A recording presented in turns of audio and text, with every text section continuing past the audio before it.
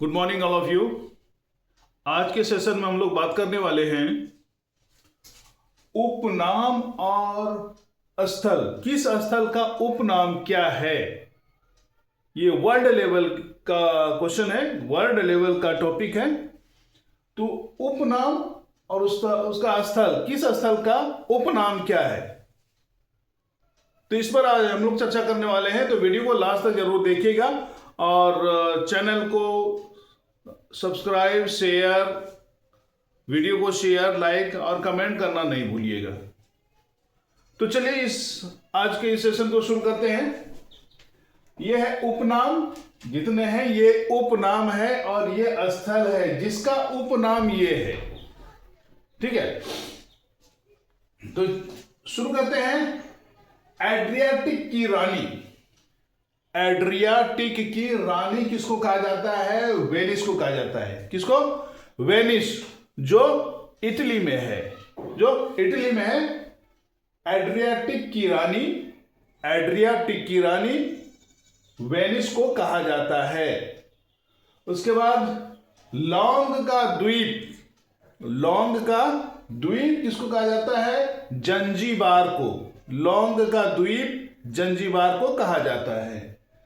7 पहाड़ियों का नगर, 7 पहाड़ियों का नगर रोम को कहा जाता है। 7 पहाड़ियों का नगर किसको कहा जाता है? रोम को। शाश्वत शहर, शाश्वत शहर रोम को कहा जाता है। शाश्वत शहर किसको कहा जाता है? रोम को कहा जाता है। इटली की राजधानी रोम। नील का वरदान, नील नदी जो दुनिया की सबसे लंबी नदी है और मिस्र की सभ्यता इसी नदी के किनारे विकसित हुई है। ठीक है, नील का वरदान मिस्र को कहा जाता है। किसको कहा जाता है?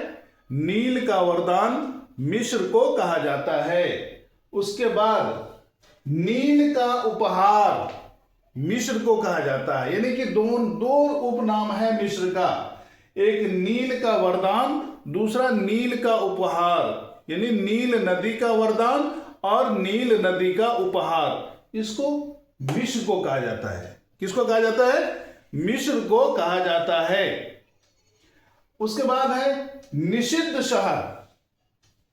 निषिद्ध शहर किस शहर को कहा जाता है? लहासा को कहा जाता है। निषिद्ध शहर लहासा को कहा जाता है, जो तिब्बत का एक शहर है।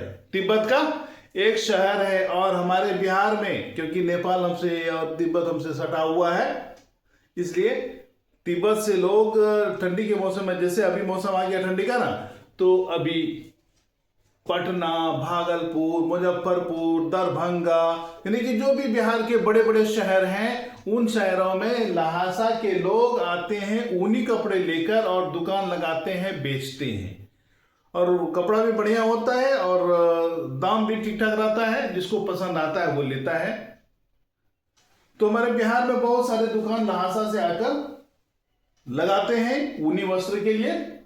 तो वही है निषिद्ध शहर लहासा। निषिद्ध शहर किसको कहा जाता है? लहासा को कहा जाता है। उसके बाद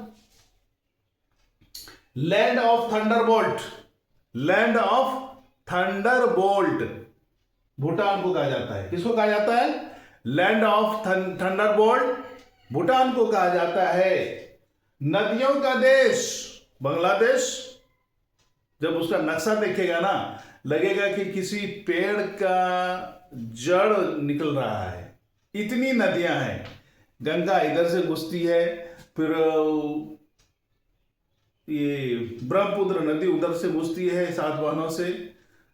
बहुत सारी नदियां हैं। तो नदियों का देश बांग्लादेश को कहा जाता है। नहरों का शहर, नहरों का देश पाकिस्तान को कहा जाता है। नहरों का देश पाकिस्तान को कहा जाता है। स्काई स्क्रैपर्स, स्काई स्क्रैपर्स किस देश को कहा जाता है? स्काई स्क्रैपर्स न्यूयॉर्क को कहा जाता है। किसको कहा जाता है? न्यूयॉर्क को, स्काई स्क्रेपर्स न्यूयॉर्क को कहा जाता है। उसके बाद अंध महाद्वीप, अंध महाद्वीप किसको कहा जाता है?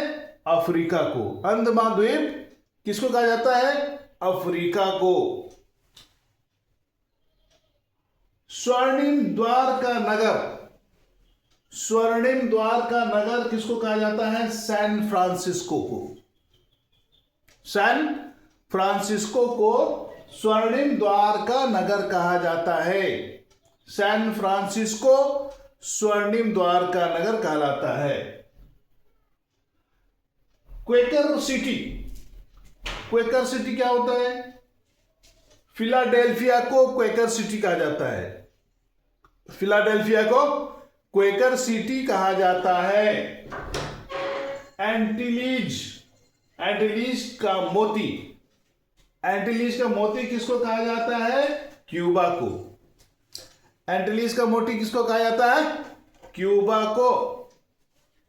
उसके बाद विश्व का चीनी का कटोरा, विश्व का चीनी का कटोरा किसे कहा जाता है? तो क्यूबा को कहा जाता है।